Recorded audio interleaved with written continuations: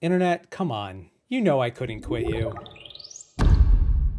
Where there's a Survivor season, there is always another hack just around the corner. Or in the water. Or under the water. Or on a balance beam. It has been a minute, and if you haven't seen any of my previous challenge hack videos, well, you're in luck. And if you might know of any that I have yet to talk about, let me know. The first hack I need to mention that I almost wanted to save for whenever I finally finish talking about challenge hacks is from the Dolphin Boy himself, the Wizard of Oz, Ozzy, from season 13, Cook Islands. Because we just can't have enough Ozzy in this series, the man is the greatest challenge competitor in Survivor history for a reason, and he's nicknamed Dolphin Boy because he is incredibly skilled in the water. And we see this a lot during season 13 with numerous water challenges, but beyond just being fast and agile, Ozzy is also quite intelligent at allowing himself to be that fast in the first place. So what do I mean by that? Well, for example, there's a challenge in episode 4 where a player has to swim out to sea and retrieve a ship whale underwater and then swim back to shore to use it to solve a puzzle. Ozzy is sent out to swim for his tribe, and he makes a nice little maneuver to help give himself a boost when swimming back. No, he doesn't use a mushroom, he unclips the wheel, and then instead of swimming back with said wheel, he just throws it ahead of him, allowing himself to swim faster to catch up to it. This allows him to swim faster and not be weighed down by the awkward object in his hand. But this maneuver becomes even more accentuated in episode 8, when the tribes are tasked with using a baton to smash through several blocks suspended in the air containing keys. Players have to swim out to the platform that is holding the keys. They then have to climb up, jump, smash, and swim back to shore with the key in hand. Now, the key itself isn't so awkward to swim with, but you need to carry the baton with you the entire time as well, and that itself is kind of janky. So right out of the gate, we see Titan v Titan with Ozzy versus Rebecca. And Ozzy immediately throws his baton way ahead into the water so he can just race to retrieve it, only to then throw it again. This allows him to swim at maximum speed because the challenge is a relay race demanding top speed, and the baton is going to hinder your swimming. We literally turn to Rebecca, and she is swimming with the baton, and it is a total nightmare. And right away, we can also notice that two of Ozzy's tribe mates, Yule and Candace, also follow Ozzy's example by doing the same thing. Candace throws hers too, and we see Yule catching up to his baton in the water ahead of him. This maneuver easily allowed the I2 tribe to surpass the Raro tribe, even after Candace, one of the I2s, failed to find her key. Ozzy had to go in her stead as she came back to retrieve her key because she couldn't find it, slowing their tribe down, and yet they still finished the challenge with a sizable lead anyway. Hey, you know what they say, it's the little things that make a huge difference, especially over an extended period of time. Ozzy tosses his club.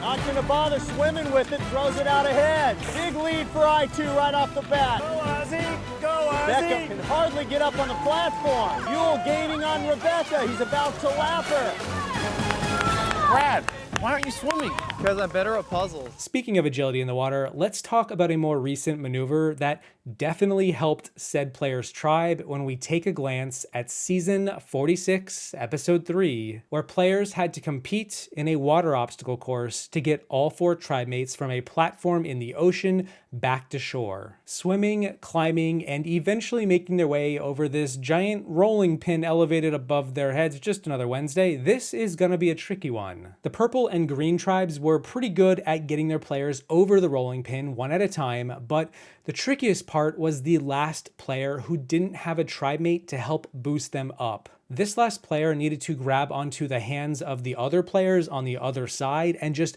hold on for dear life. Purple and green managed to get all 4 of their players over the pin, while the orange tribe only had a measly 1 player. It kinda seemed like the orange tribe were destined to lose at this rate. But then some magic happened. A brilliant tactic was employed to give them a leg up. The 2 women were sent over first, Liz and Venus, and then it was just Tevin and Hunter. Tevin decided to go third, and as Tevin was halfway over the pin, Hunter grabbed onto his ankle and did not let go. Tevin's momentum from rolling over the pin in a forward direction carried Hunter over the pin as well. It was just enough for Hunter to keep up and simply slide over in one fell swoop, saving his tribe a good amount of time, having to find a way to get him over last. Not only this, but the orange tribe, Nami, managed to go on to finish the challenge in first, beating both green and purple, and it wasn't even close. Hunter just beasted the final portion too, nothing particularly special here. He just had great accuracy with the beanbags, and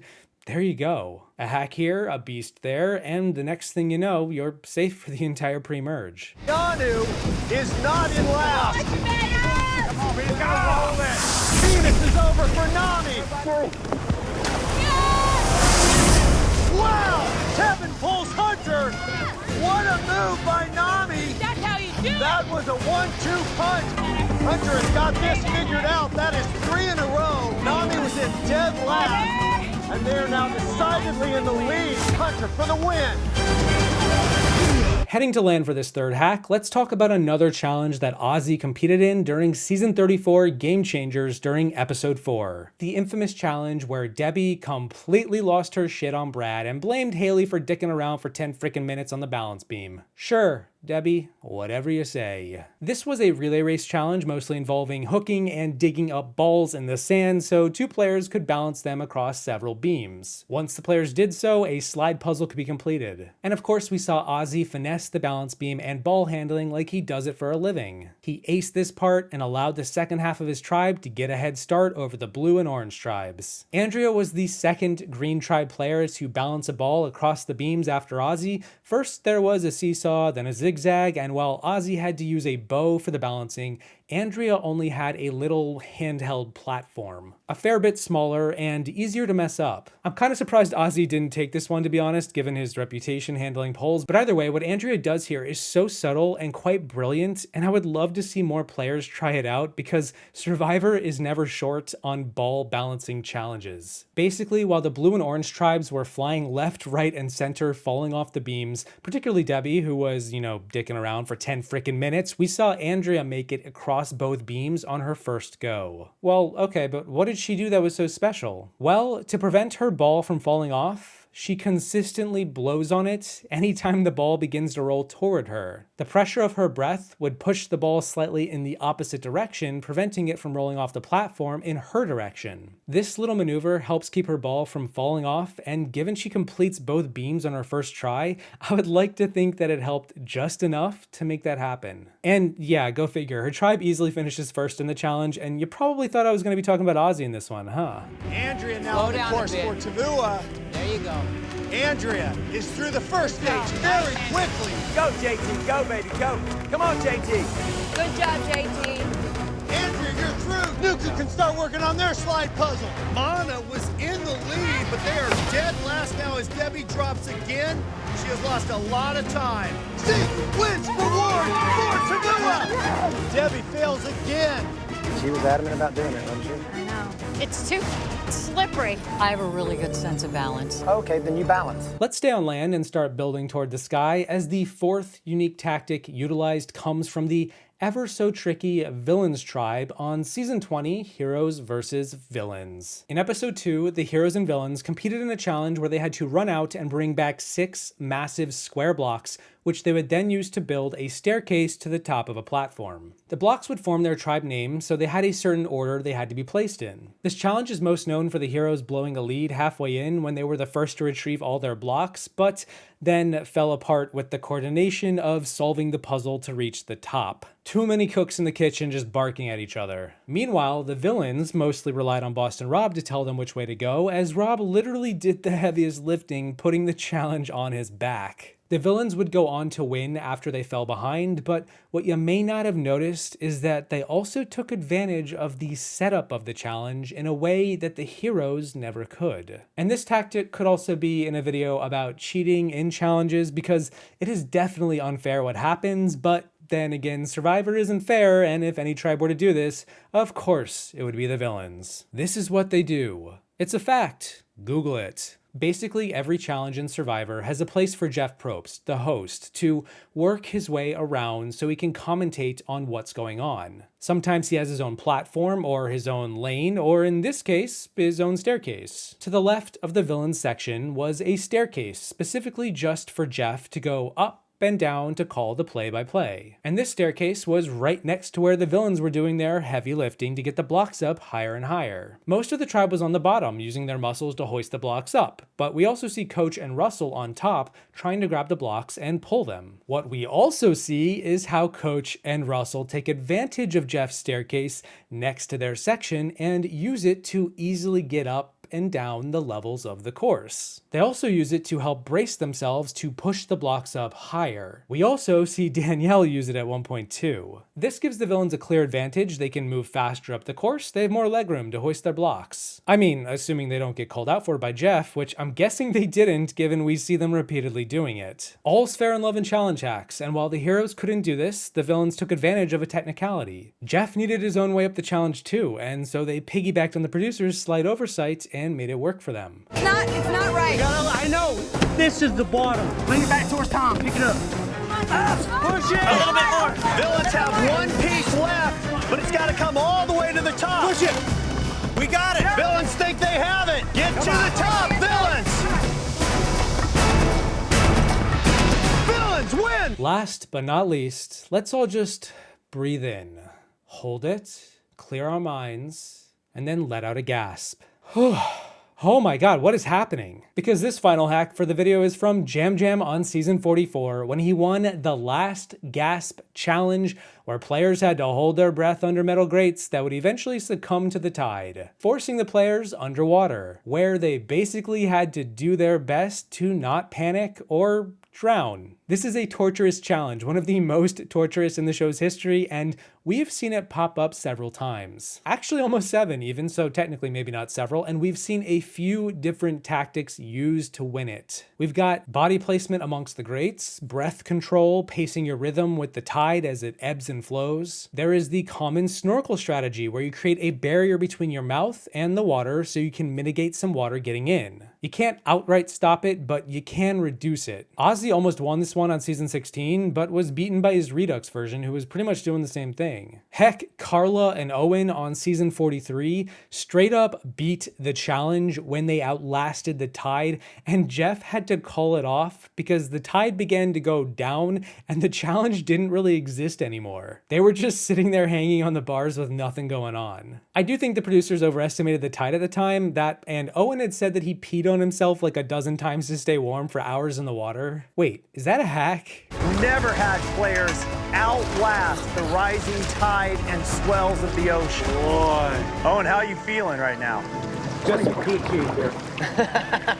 This challenge is over. You can both breathe. Honestly, could be, but in this case, I'm going to be talking about Jam Jam, who had a fun little tactic that I had never heard players take advantage of, and he's talked about it a few times with how he used it to win him the challenge. Simply put, Jam Jam would drink some of the water to allow himself to stay under for longer. He drank up the ocean, which is definitely not healthy or something that I would advise doing, but then again, look at what we're talking about here. We're going on Survivor, for heaven's sake. It's not exactly a day at the spa. On top of doing everything else I just talked about, except for maybe the peeing part, haven't confirmed that, he also would just periodically drink the water that got into his mouth, instead of always spitting it up or panicking or causing himself to flail about. That is legitimately a tactic that was used to win a challenge on Survivor, and I can't think of a greater time to talk about it than in this video. And hey, the guy went on to win $1 million, so good for him. This is how you do it on Survivor. Jam Jam, you know this challenge? Of course I know that challenge.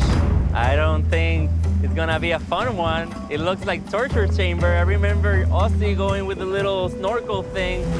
I tested this in my bathtub. Really? Here we go. Keep digging. Keep digging. Don't chill quick. Heidi is out. It's over, Jam Jam. It's over. I win immunity. Necklace, last gasp. We come back and it's incredible job winning the immunity. I like torture, Rob. I like torture. I was swallowing water. People say like, how you did it? I was swallowing the water so I could breathe. Yeah. So that's tip for the next people. No, last gas time I was doing something else. I was swallowing the water on last gas and moving so I get warm. I was swallowing the water so I could breathe because I couldn't push it all, so I would swallow it. Anyway, those are 5 more times Survivor players hack challenges. They outwitted, they outplayed, and in some cases they outlasted the rest to win, and that's what we're here for. Let me know of any other moments like these that you might know of and what you think about these 5. A big thanks to my patrons for all your support. Thank you all for watching. I hope you enjoyed the video. Don't forget to channel your inner Ozzy on your way out in any way you decide to take that, and I will see you in the next one once I sneak a straw into my outfit just so I can use it to drink up the ocean to win immunity. Can I 3D print a snorkel, Jeff? This man walked into a bar. He's got a bar in one hand and a bar in the other. First person out leaving here, they will be taken and executed. Are you starting to panic a little? Yeah. Just like that, Janu's out.